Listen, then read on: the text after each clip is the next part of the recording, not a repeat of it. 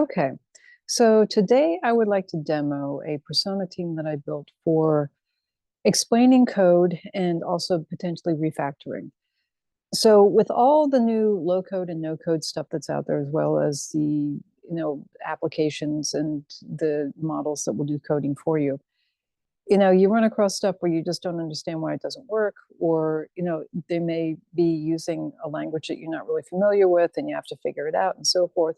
Or there could be something in there, be some sort of security issue or some issue with your code that you just haven't thought of.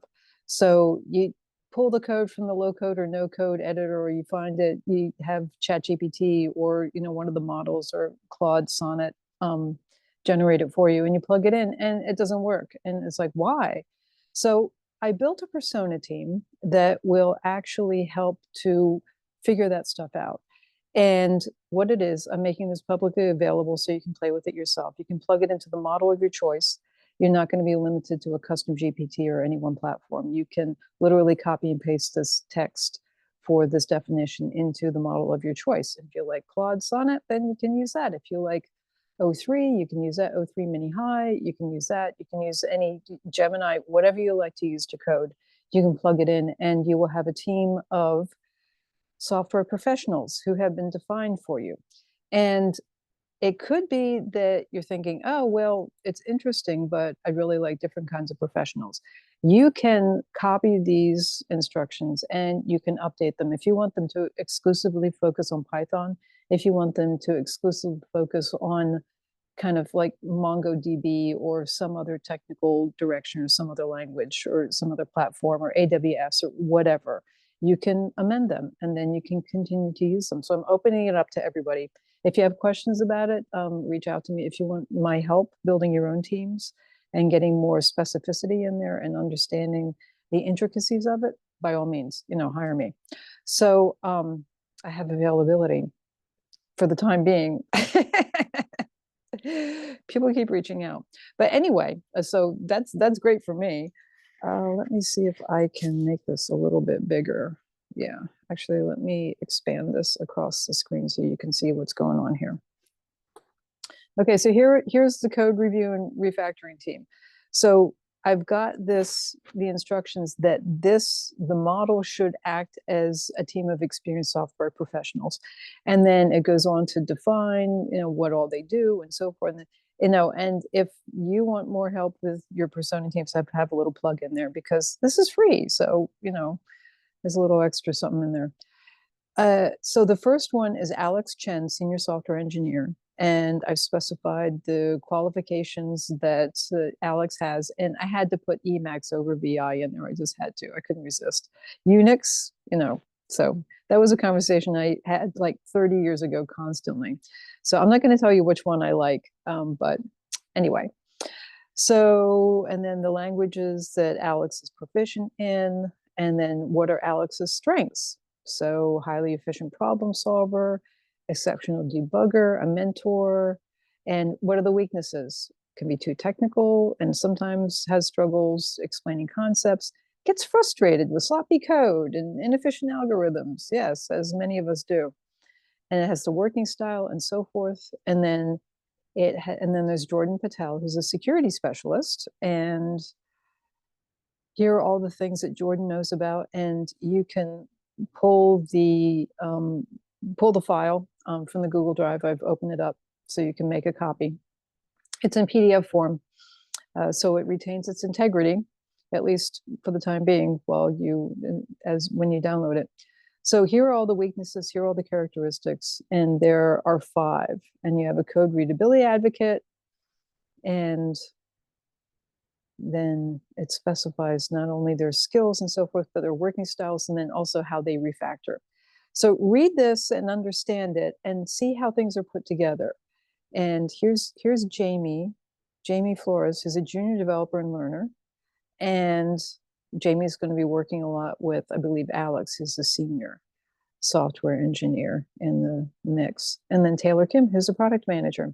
Taylor also has a background in coding. Taylor used to be a coder and knows Python, JavaScript, React, SQL, blah, blah, blah, Java, all that stuff. And less deep experience, but at least have some some familiarity with it. So that's what we've got. And then there are instructions, the team dynamics. How do these personas work together? And when we define these personas, we are adding multi-layered, multi-dimensional context. This isn't just about, oh, well, it would be nice to have something that worked like this or worked like that. No, the way that's defined here, it adds multi-dimensional layers of context. So the model will look at that and say, okay, well, here's the type of person that this would be. So given that, and based on what the model knows about human experience and the human nature and human behavior, which it knows a lot, probably more than a lot of us, it will construct these personas and be able to present these collection of attributes and capabilities from within the model that are invoked specifically by the definition of the personas. It's not a small thing. It's very cool.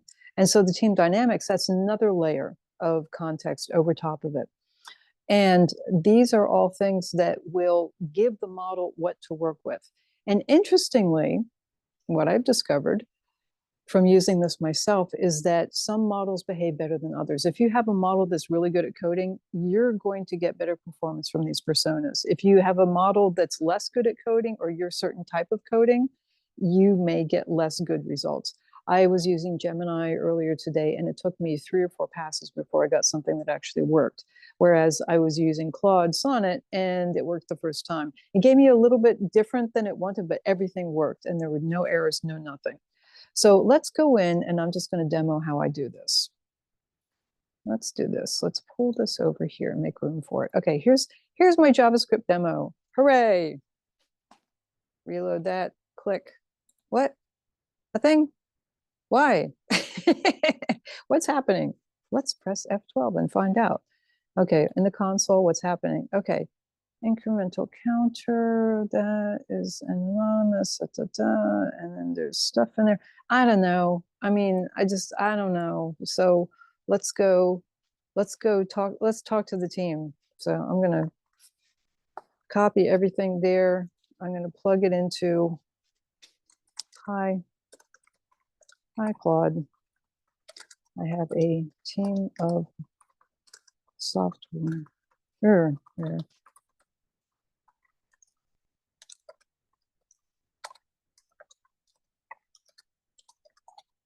All work together. And then I'm just going to paste all that in there. Good afternoon, Kate. It knows me. That's nice. All right. So yeah, and here it goes and says, here, I'd be happy to collaborate with you and incorporate these team members' expertise. Hooray. Okay, what kind of software development challenge? And see how it pulls everything? It pulls it because I've told it. And so what kind of software development challenge? I have a web page with JavaScript, if I can spell. Fortunately, it doesn't really matter so much if you can or cannot. Well, sometimes it does. I stand corrected. That isn't working. It is supposed to authenticate, but I get errors.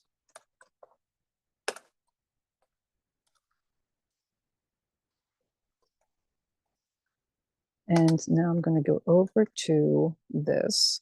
And here's the JavaScript. Here's my demo page. And if you look at this, you know your JavaScript, you will see that there are some problems in here right off the bat. Look, username and password. It's right there in the client. That's bad. I pulled this, I asked ChatGPT to write me a really bad page with JavaScript in it, and it gave me some pretty fun stuff. So, and then the user, like this stuff, and there's other stuff in here that's mixed in. I took out the comments. So, so you can't see exactly what the problem is. So I'm going to paste it in there. And then I'm going to make this bigger. Okay. And it's fast. Look at that. Okay, here's my code. Okay, I see the issue with your authentication page. And then trying to use a variable numbers hasn't been defined before using it. And there are several other issues that need addressing. Here, let me address them. checked and then checked. Okay, so forth. Okay. And then what does the team have to say? I'd like to hear what each one thinks of this.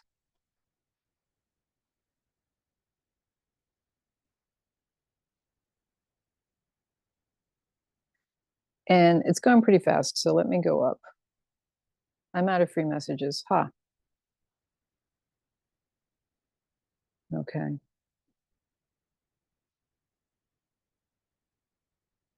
So Alex says efficiency issues.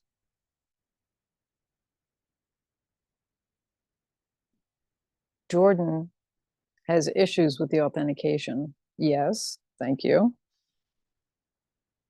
And then Sam Green, it mixes coding styles, doesn't have clear structure. And then Jamie Flores. Okay. There's a variety of things. So in the interest of speed and time, I'm also going to show you what it came up with. Claude had a very nice little fix. And if I do this, in one pass, this is what Claude came up with. And now I won't say that it is exactly what I was looking for, but this works. And then I believe it's, I think the demo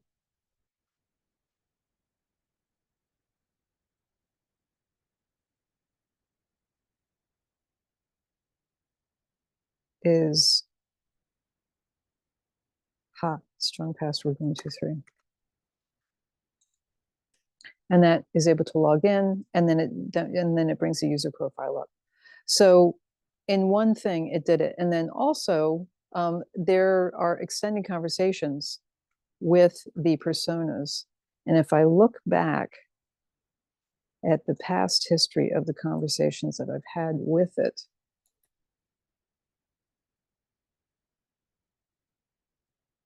which went very fast, I have to say.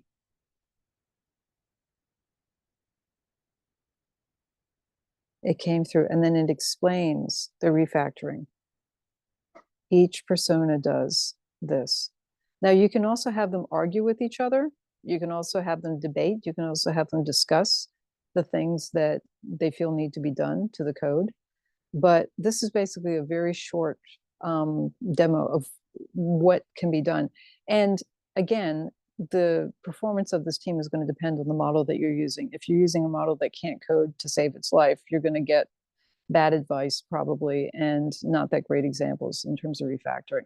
But if you're looking for a way to understand your low code or no code results, or if you're working in a language that you really haven't worked in before, you need them to break it down for you, then they can do that, because they are pulling from all of these capabilities in the model, and they're pulling with those specific specifications and those specific lenses.